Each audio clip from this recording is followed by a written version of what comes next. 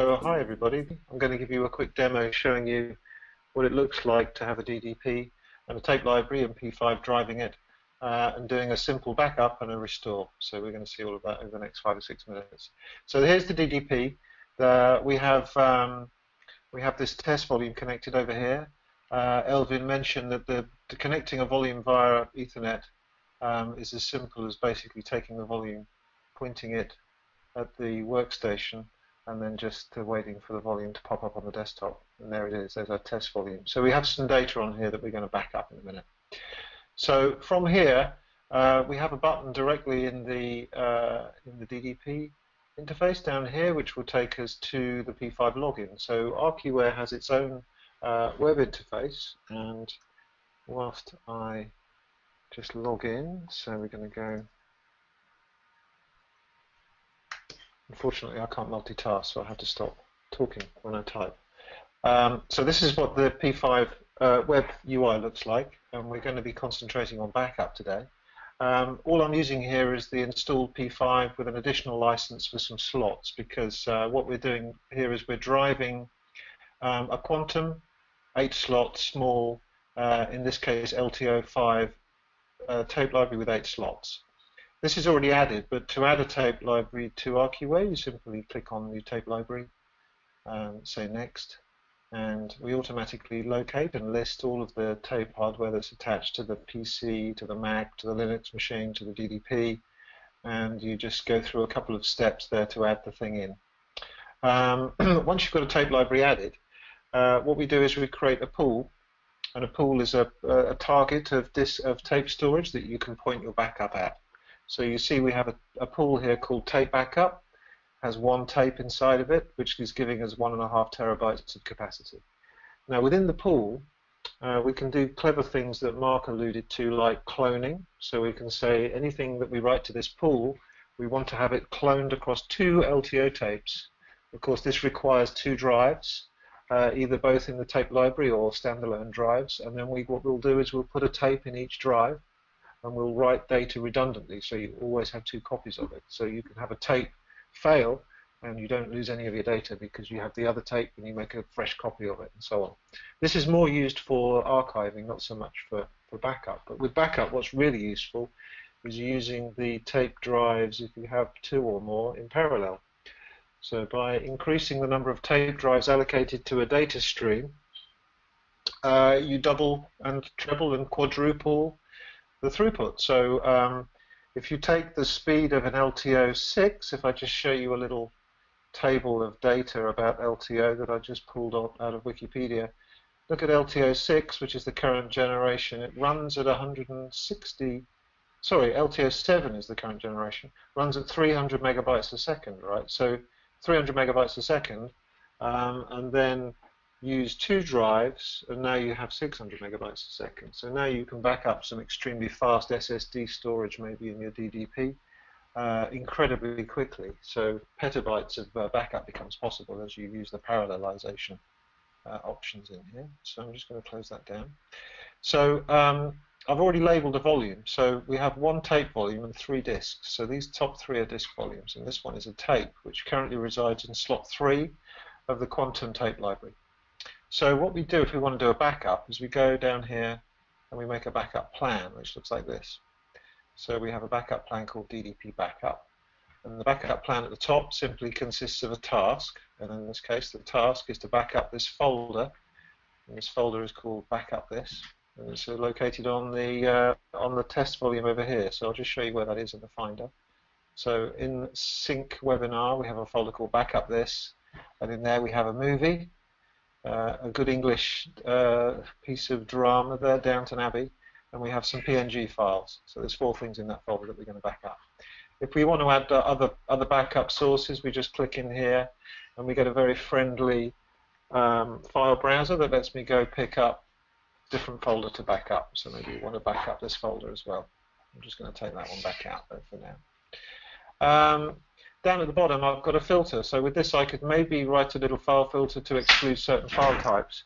So we've got no PNGs, so that means that our backup should exclude these 3 PNGs and just back up the MPEG-4 file. So let's close that down. So at the top, you're basically setting up what you want to back up. This could be from several DDPs at the same time, maybe. And down at the bottom, we have incremental backup configured. So let's go look at that in a bit more detail. So the incremental backup runs every day at 22:30 hours, 10:30 in the evening.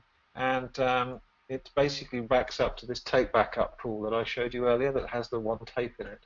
So we could label 50 tapes into our library if we had a big library, and that would give us 50 times 6 terabytes of storage on an LTO7 tape. So the capacity within your pool is only limited by the number of tapes you buy, right? So you just buy tapes and you get more and more capacity. It's not like buying expensive disks.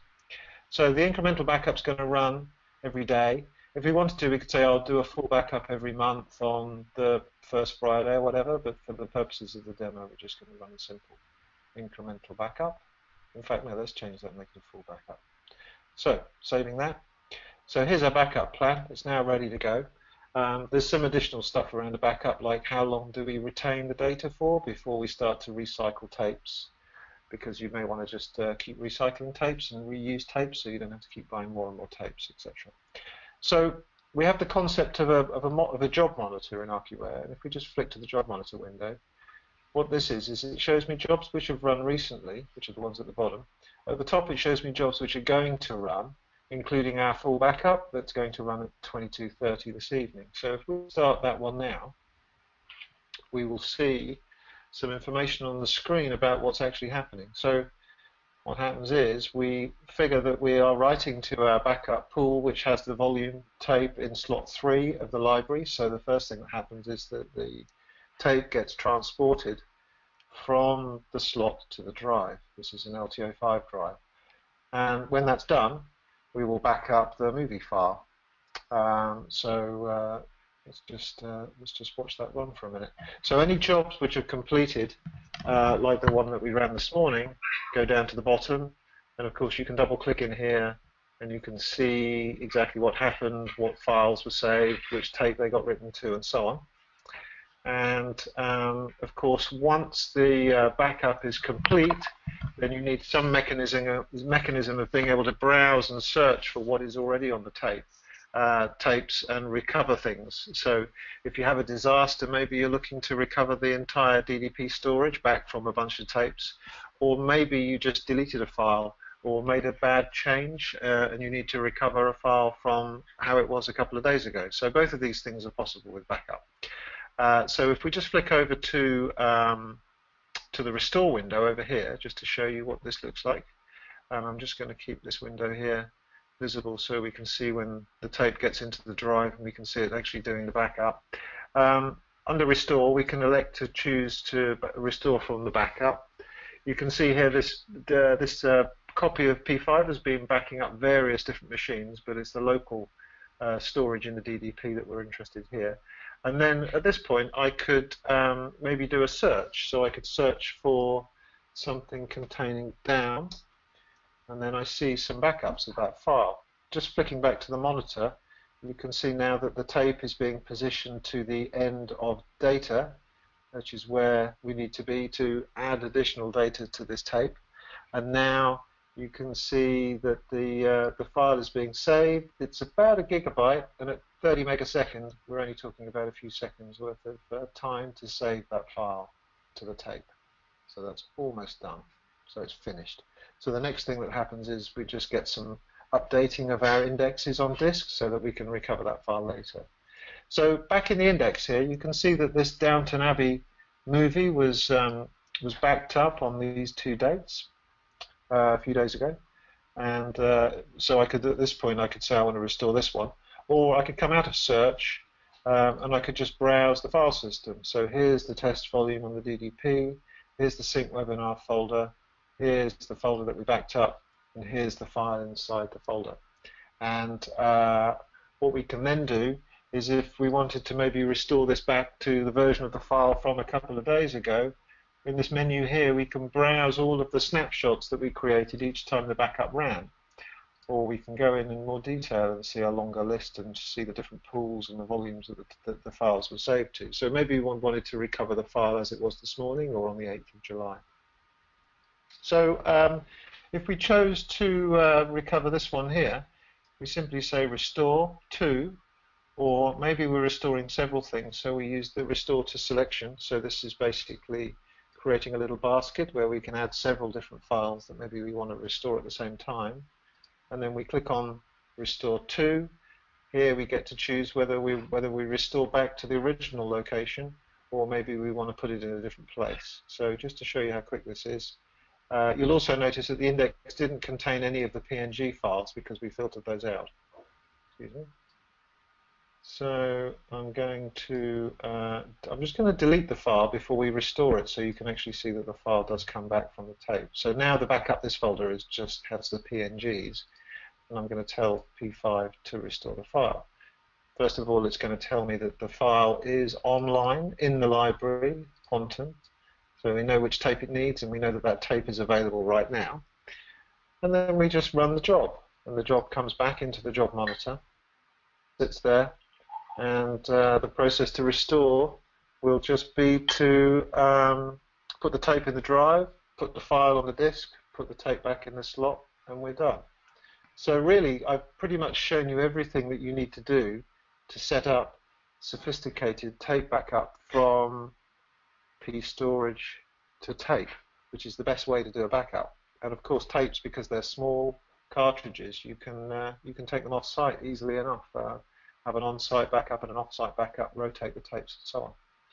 So while that file is restoring, I'd like to see if anybody has any questions, because I think we're 5 minutes past our allotted slot that we said that we would take. So while that's going, let's just, Mark, do you want to?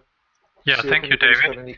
I'm not sure if all the participants are aware of, you have in the GoToWebinar panel, there's a questions section where you can type in questions and send it over to us.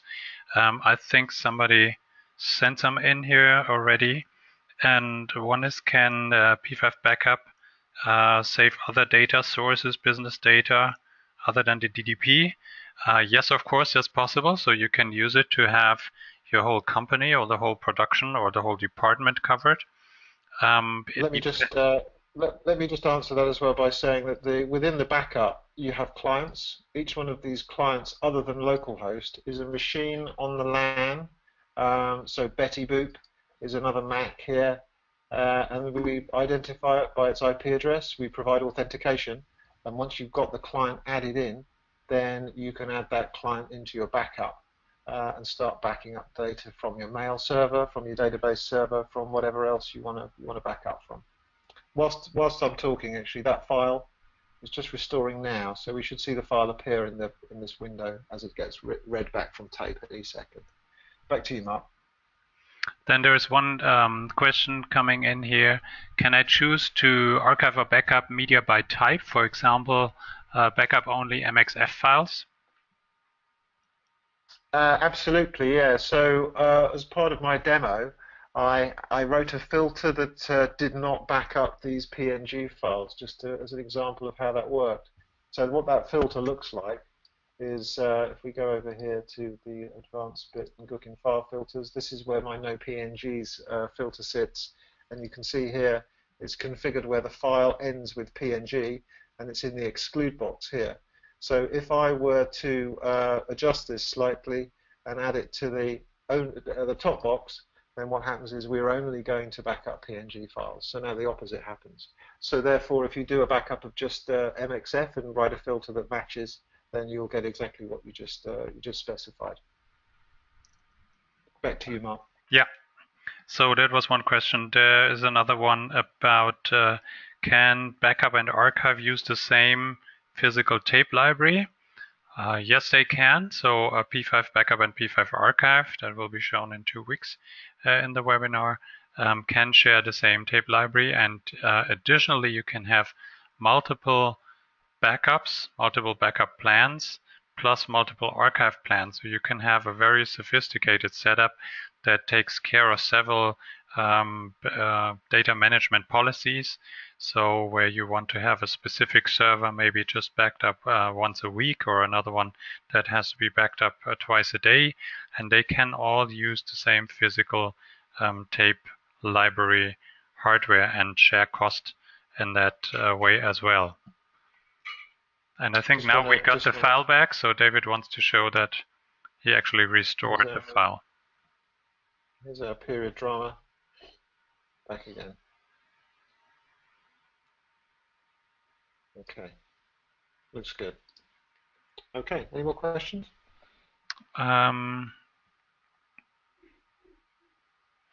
What tape library vendors is Archiware P5 compatible with? We are universally compatible, we can say. So we have customers using Quantum, Spectra, HP, Dell, Overland, Oracle, IBM, whatever kind of tape mechanisms and tape libraries. And we have our own generic tape driver that takes care of this universal compatibility. So you can use whatever library you either have or you plan on buying. You're completely independent of vendors.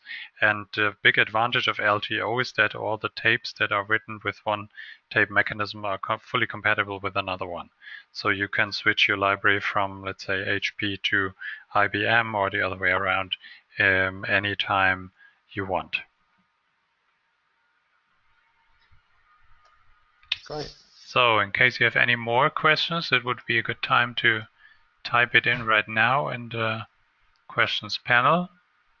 Otherwise, we already used up all our time, and you can contact us anytime if you have any questions or anything left open. Otherwise, we are happy to see you again next Monday and the following Monday.